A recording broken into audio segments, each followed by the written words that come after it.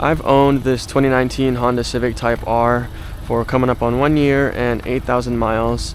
And so I wanted to do a video to reflect on what the ownership experience has been like, any maintenance issues and any issues that I've had with the car overall.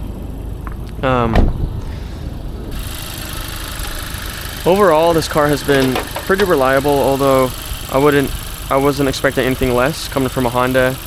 You know, I purchased the car with 42,000 miles and I'm sitting at 49,000 miles. Sheesh, it looks so good.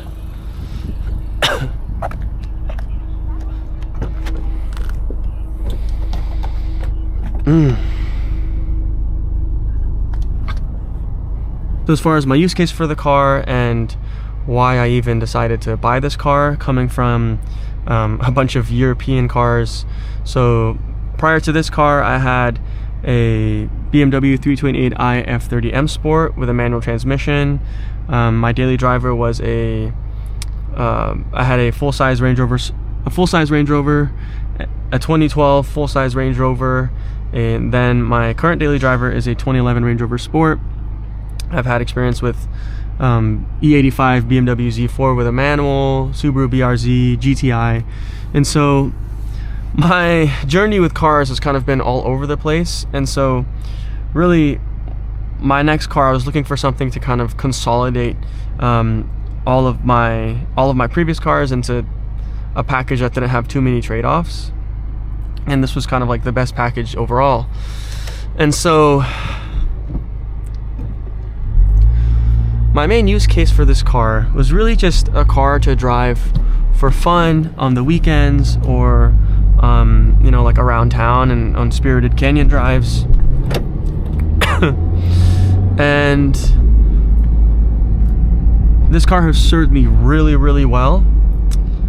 This car, I can honestly say, is one of, if not the best car that I've ever owned from a performance standpoint, because the full-size Range Rover and the Range Rover Sport, like, come on man, you're not beating that.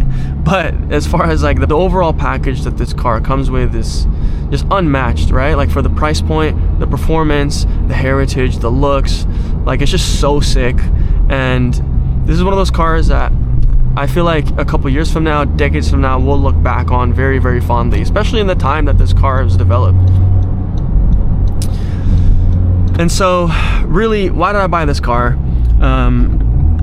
Coming from, you know, being like a European car fanboy, and the truth is, like, man, I was just tired of driving Europeans. I think, you know, we all know Europeans, they look so slick, they drive so well, but ultimately you pay for that with maintenance, and you pay for that in peace of mind, to be honest. And so I really wanted something that was a little more simple to own and maintain, something that wasn't too crazy. And the thing that I love about the Type R is it's a car that's, yes, it does look a little bit out there, but ultimately it's a car that, you know, it's a car that kind of like flies under the radar. Most people sitting next to you at a stoplight wouldn't really know what a Type R is, or the heritage behind it. And so I kind of like that. Like, I like that it flies under the radar. Like, at the end of the day, it is just a Civic. Having said all that, there was a point over this last year where I actually considered selling this car. And so I want to go into the reasons why. There's a couple of reasons. I mean, the first reason is my wife and I inherited a 911 993 Porsche from my wife's uncle, who unfortunately passed away last year. The thought process behind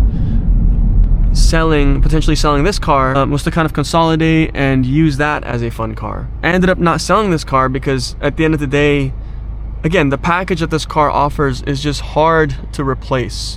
So for mid $30,000 with 4 doors, that's practical, that's reliable, with a nice engaging 6-speed manual, it's fun to drive, takes corners well, gets good gas mileage, like, that's just a hard package to replace, borderline impossible. And so I ended up not selling this car, and instead I basically alternate between taking the 993 on weekends for fun or this. I mean, the 993, it's an occasion to drive, like, you know, it's a convertible, so if you're taking that out somewhere, it really is like a joyous experience, but you can't take that thing everywhere. So more often than not, I'm taking this car if I want to go on a spirited drive. The other reason I thought about selling this car is honestly the theft risk. Like, for the people that are familiar with this car, that know this car,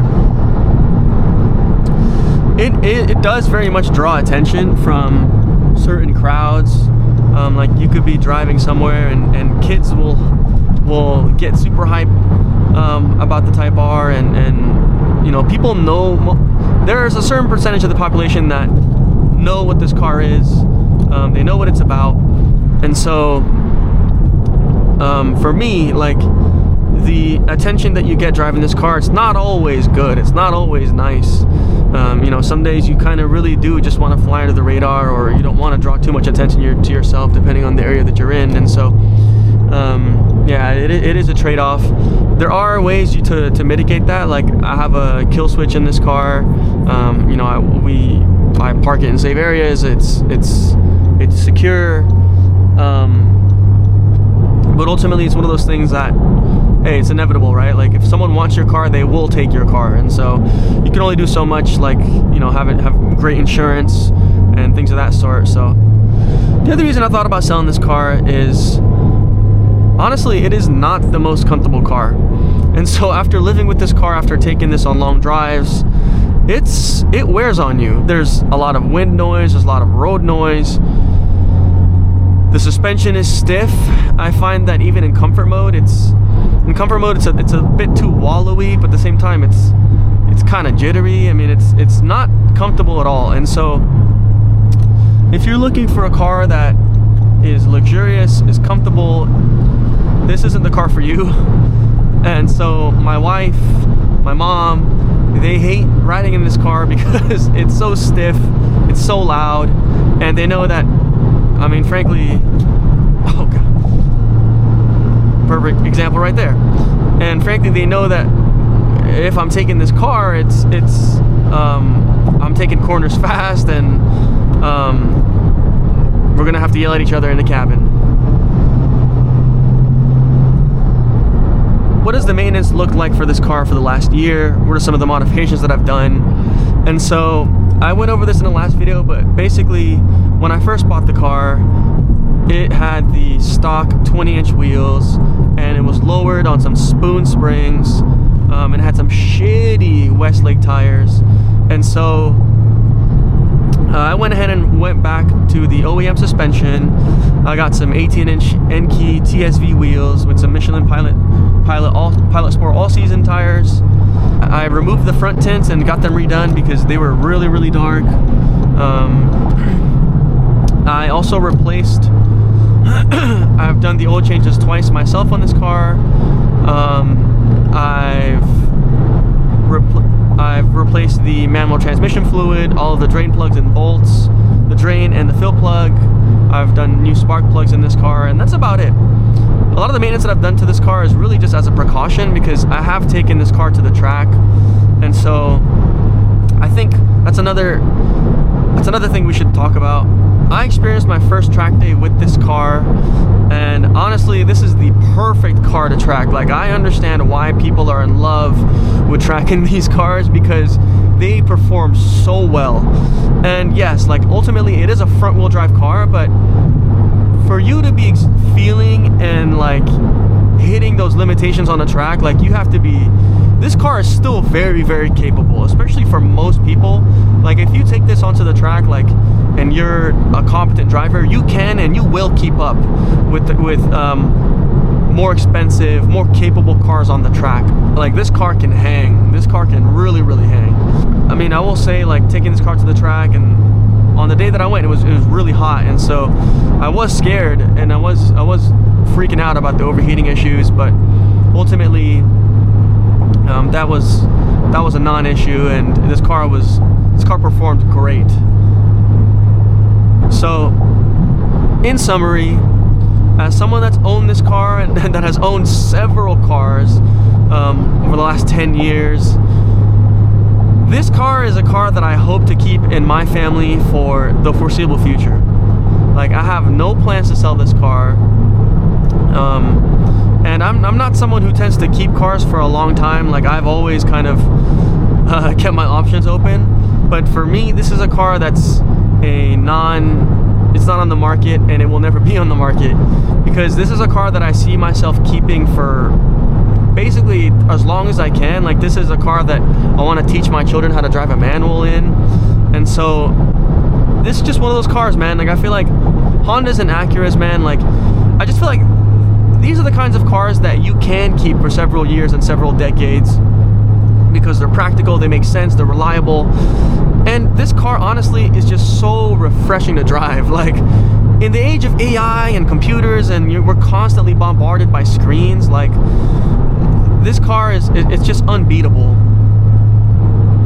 The other thing is, this infotainment system is terrible. So at the very least, it has Apple CarPlay, but even that isn't the best. Like, this car only supports wired Apple CarPlay, and oftentimes, like, the CarPlay will just cut out. It'll disconnect randomly, and this is a brand new cable, by the way. And I have had so many problems with this infotainment system. Like, there'll be times where the CarPlay just doesn't want to connect. The screen will go dark. I'll have to, like, sit here and turn the car off and on. And so it's not the best infotainment system, but ultimately, like, if you're buying this car, you can probably live with that.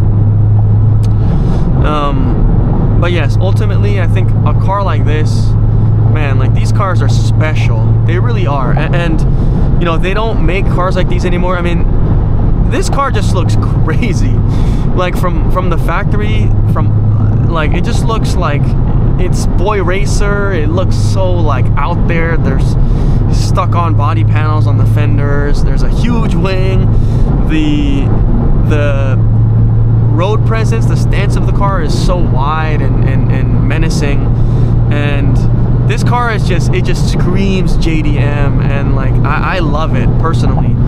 And, you know, I know that the looks are hit or miss, but man, this car is, I really truly do believe that, like, in a couple years we'll look back at this car and just be appreciative, and actually we'll look back at this car fondly.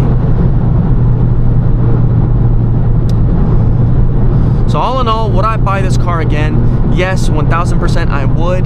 This is the best driver's car that I've ever owned. It's so engaging, it's practical. Like, it's just, again, like, you just can't get a car that offers the same kind of capability, practicality, reliability, and feel as this car for the money. And this is coming from someone who's experienced a wide range of cars, and so I truly do feel like this car is a value purchase. Like, this is a car that you can keep in your family for decades. If you wanted to use this as a family car, you could do that. And so, you know, ultimately, man, like, I just feel so lucky, so fortunate, and very grateful that I get to have a car like this Type R in my life. Like, it's just special, you know. And getting in this car, like, you feel it. You can feel the heritage and the care this car was built with. And you can really feel that the engineers at Honda went all out when building this car. They designed a car that they knew would influence car culture and really just elevate the performance division of their company at the time that this was released. And so, you know, ultimately, man, like, this car is so good.